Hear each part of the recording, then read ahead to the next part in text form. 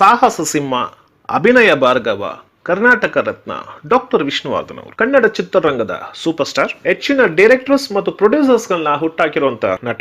Actions ಗೆ ಒಂದು ಆಯಾಮ ತಂದವರು ಡಾಕ್ಟರ್ ವಿಷ್ಣುವರ್ಧನ್ ಅವರು. ಇವತ್ತು jumping fights, back kick, rope fights ಅಂತ ಹೊಸ ಹೊಸ ಸ್ಟೈಲ್ ಅಲ್ಲಿ ಆಕ್ಷನ್ಸ್ ಗಳನ್ನ ಇಂಟ್ರೊಡ್ಯೂಸ್ ಮಾಡ್ತಾ ಇದಾರೆ. ಅದಕ್ಕೆ ತಕ್ಕಾಗಿ ನಮ್ಮ ಹತ್ರ ಆಕ್ಟರ್ಸ್ ಇದಾರೆ.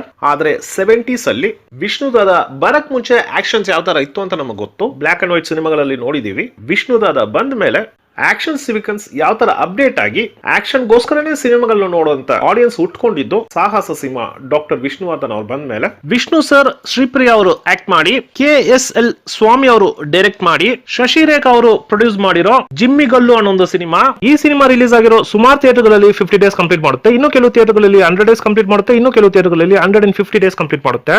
ಜಿಮ್ಮಿ ಗಲ್ಲು ಸಿನಿಮಾ ಆ ವರ್ಷದಲ್ಲಿ ಬ್ಲಾಕ್ ಬಾಸ್ಟರ್ ಲಿಸ್ಟ್ ಅಲ್ಲಿ ಸೇರುತ್ತೆ.